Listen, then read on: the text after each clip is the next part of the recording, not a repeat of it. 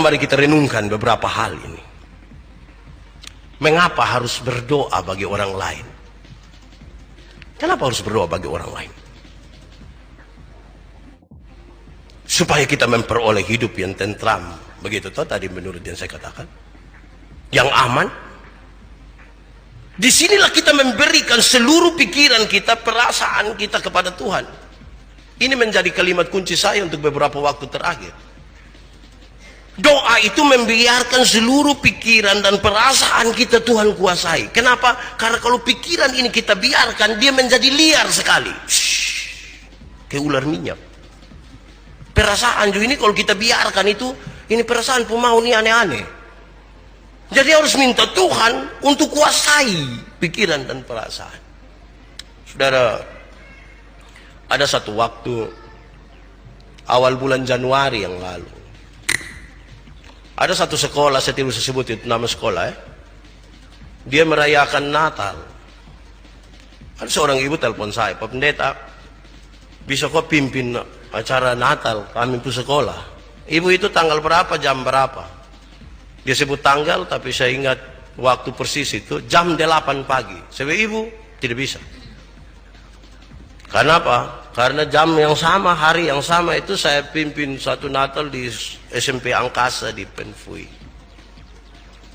Ibu yang Pak Pendeta, tahun lalu Bapak yang khotbah, jadi kami sepakatin tahun Bapak khotbah. Saya bilang, ibu tunggu sedikit kalau saya coba telepon itu orang dong. Tapi tidak mungkin saya batal toh, hanya karena ibu terus saya batal ini. Ke geng-geng. Jadi sudah saya telepon, Pak Guru, ini baru ada yang kasih tahu saya untuk pimpin tanggal 8 itu jam 8 pagi. Bapak dong bisa geser sedikit jam 10 pagi kok. Oh Bapak tidak apa-apa Bapak. Boleh, nanti anak-anak menunggu, tidak apa-apa. Oke baik, saya telepon, Ibu bisa. Tapi ingat Ibu jam 8 pagi. Oh iya Pak, aman Pak, tepat waktu. Liturgi ke mana Ibu? Pokoknya pasah, hanya kami guru-guru menyanyi, situ sudah. Jadi, saya bayangkan ini pendek-pendek, aman. Kami masih komunikasi sampai H-2. Ibu bilang, Pak Pendeta, saya antar ini surat kok. Jangan Ibu, cari saya susah. Jadi Ibu foto ke WA saya. Jangan, kami mau antar. Jangan Ibu, cari saya susah. Saya ini kayak apa kok, hilang-hilang. Cari saya susah. Ibu foto saja WA. Ternyata ibu tidak foto juga. Saya tidak apa-apa. Pas hari 7.15 saya keluar dari rumah menuju ke itu tempat. Sampai di sana saudara tidak ada orang. Saya mulai rasa ke karmana kok. Saudara bisa rasa saya pun rasa itu. Beberapa menit kemudian datang satu bapak, dia tanya, Pak, minta maaf, Pak cari siapa? Kemojengkel lah. Terus saya bilang begini, Bapak, ini sekolah ini ada Natal kok, karena saya mau datang pimpin di sini. Oh Pak betul, kita Natal Pak. Tapi ini acara Natal tuh di Gereja Anugerah Eltari, bukan di sini. Bayangkan kami dua omong jam tidak kasih tahu tempat. Dia kira saya ini penuh karunia, jadi bisa tahu itu tempat di mana. Saya cepat-cepat balik oto lari ke Gereja Anugerah. Sampai di sana 8:10. Sampai di gereja itu masih juga saya sendiri. Mungkin saya bersama-sama dengan Yesus saja. Dalam kesendirian itu tiba-tiba datang Pak Kepala Sekolah. Shalom Pak Pendeta. Shalom. Kami kenal. Kami dua bercerita. Terus dia bilang begini, Pak Pendeta, kenapa Pak Pendeta datang tempo-tempo? Ke mana kok? Terus saya bilang, Bapak, Ibu yang hubungi saya itu kami sepakat tata sampai terakhir sepakat jam 8 pagi Pak. Aduh Pak Pendeta itu Ibu tidak kasih tahu Pak kok. Saya kasih tahu apa? Kami pun kesepakatan itu anak-anak datang jam 8 dan Pak Pendeta serta undangan lain jam 9. Hebat toh. Kurang 5 menit jam 9 atau kurang 10 menit jam 9 itu ibu datang. Kan dia dari belakang saya tidak tahu. Saya duduk lihat-lihat. Begitu tuh tidak mungkin baca Alkitab. Ya saya duduk lihat HP begini, tiba-tiba ini ibu sampai. Pas sampai dia bilang begini, pasti Bapak marah beta.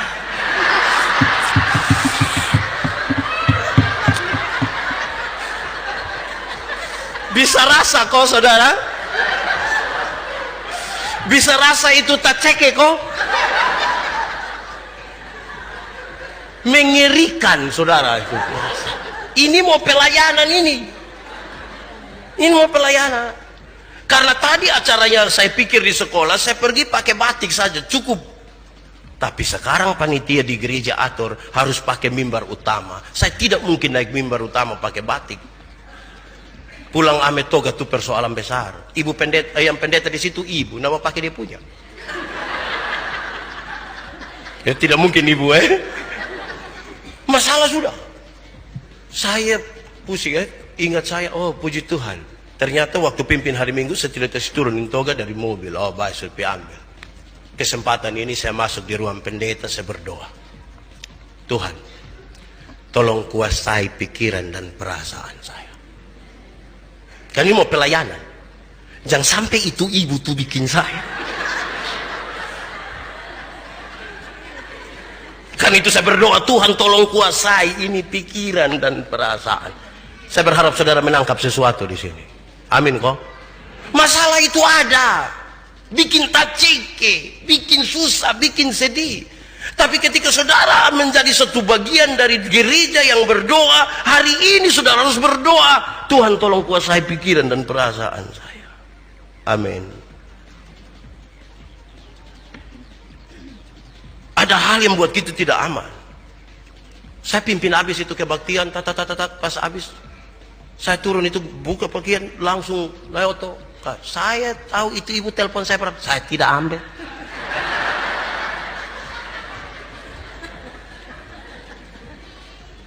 Siang jam 2 dia datang di rumah minta maaf. Saya rasa berdosa sekali. Kenapa? Tapi memang manusia.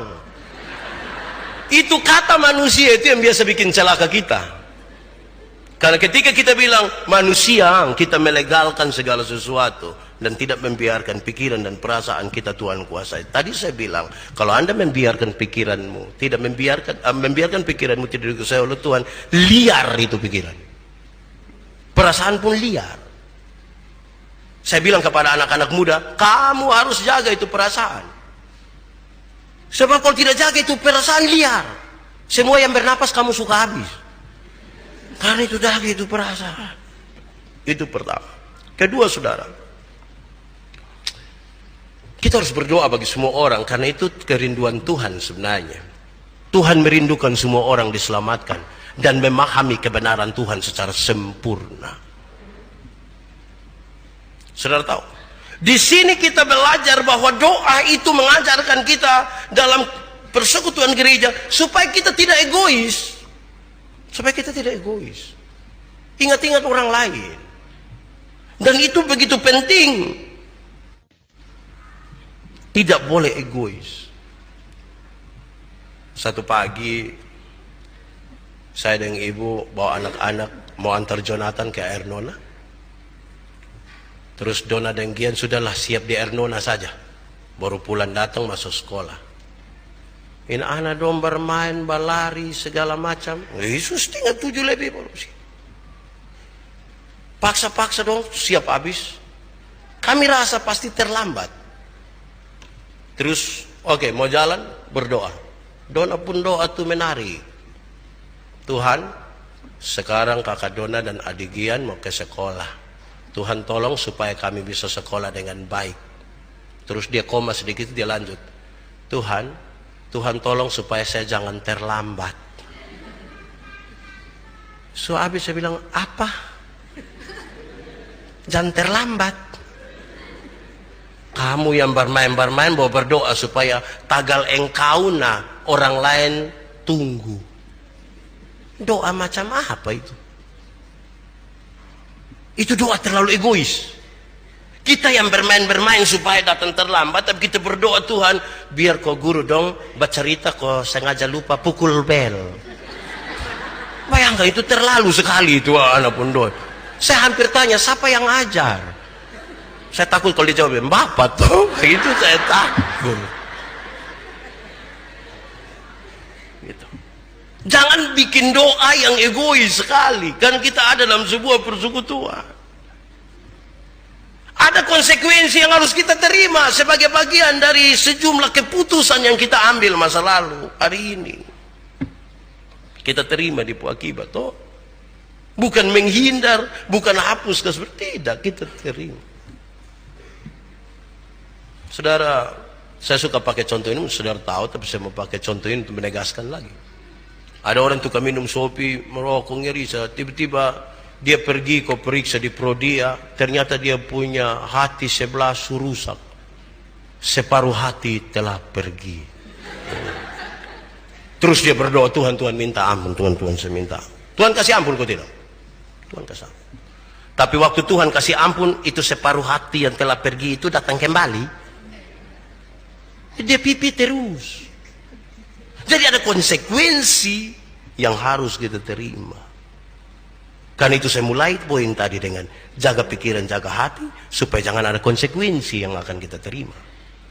Tapi kalau sudah ada konsekuensi, berdoalah supaya kita kuat di situ. Berdoalah supaya kita kuat di situ. Dan orang-orang yang berdoa itu yang akan menikmati kekuatan di tengah-tengah konsekuensi hidup yang dialami sebagai bagian dari pengambilan keputusan di masa lalu. Atau perkara-perkara hari ini yang dialami. Ketiga, kenapa kita mesti berdoa untuk orang lain? Kenapa gereja harus sibuk-sibuk berdoa bagi dunia? Karena kita menjadi bagian dari semua orang, dan kita tidak hidup untuk diri sendiri. Kita menjadi bagian dari semua. Saya percaya Kristus. Ada orang di Amerika juga percaya Yesus, toh? Ada orang di Singapura, di Malaysia, di Jakarta, di Niki-Niki, di Sunu, di Menela Petu. Kita menjadi bagian dari semua.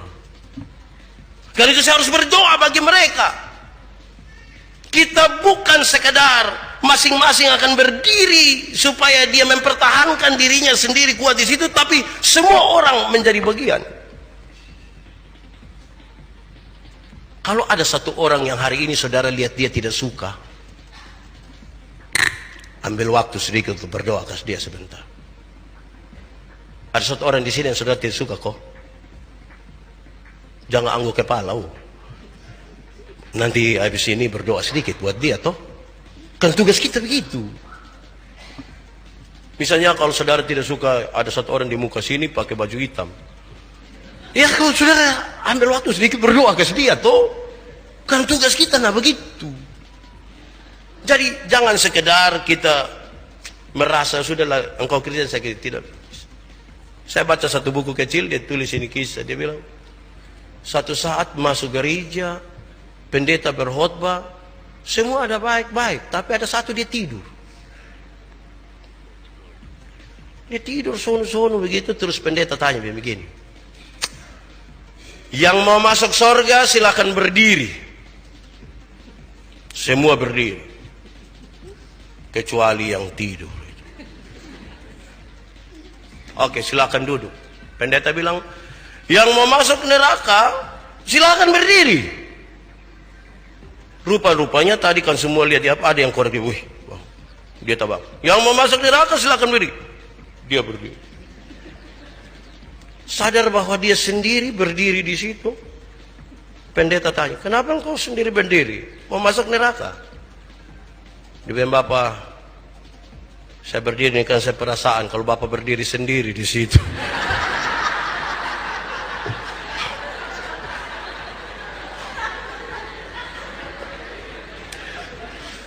Kekarmana koang. Tapi solidaritas kita bukan solidaritas yang macam begini ini toh.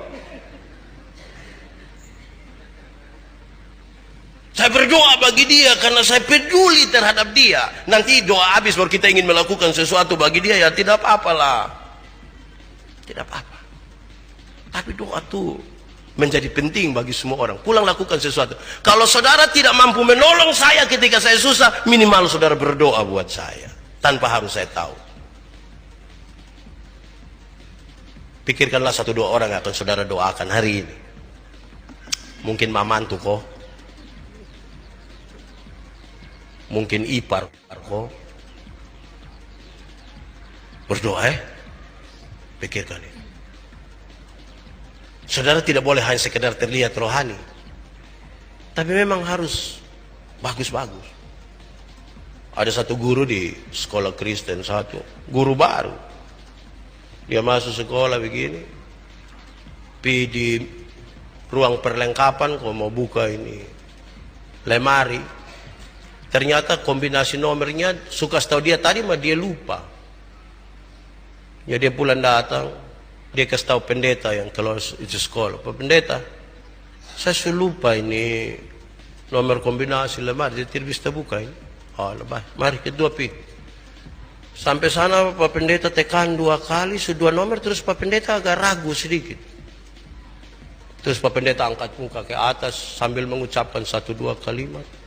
Terus dia tenda saya begini, terbuka. Ini guru baru pun kagum. Woi Bapak, saya kagum sekali dengan Bapak. Bapak ini ketika tidak ada masalah, Bapak tinggal menengadah ke atas langsung. Pak Pendeta bilang, jam begitu juga. Ini nomornya ada tulis di situ. Jadi saya angkat muka tuh saya lihat. Kadang-kadang kita menipu orang dan kita pun tampilan yang sepertinya rohani sebenarnya. Padahal jam begitu tulus-tulus memang salah yang pendeta dia kasih tahu memang habis dia bilang. Tapi jangan jadi orang yang tampilannya rohani isinya roh halus, saya kira itu tidak sehat.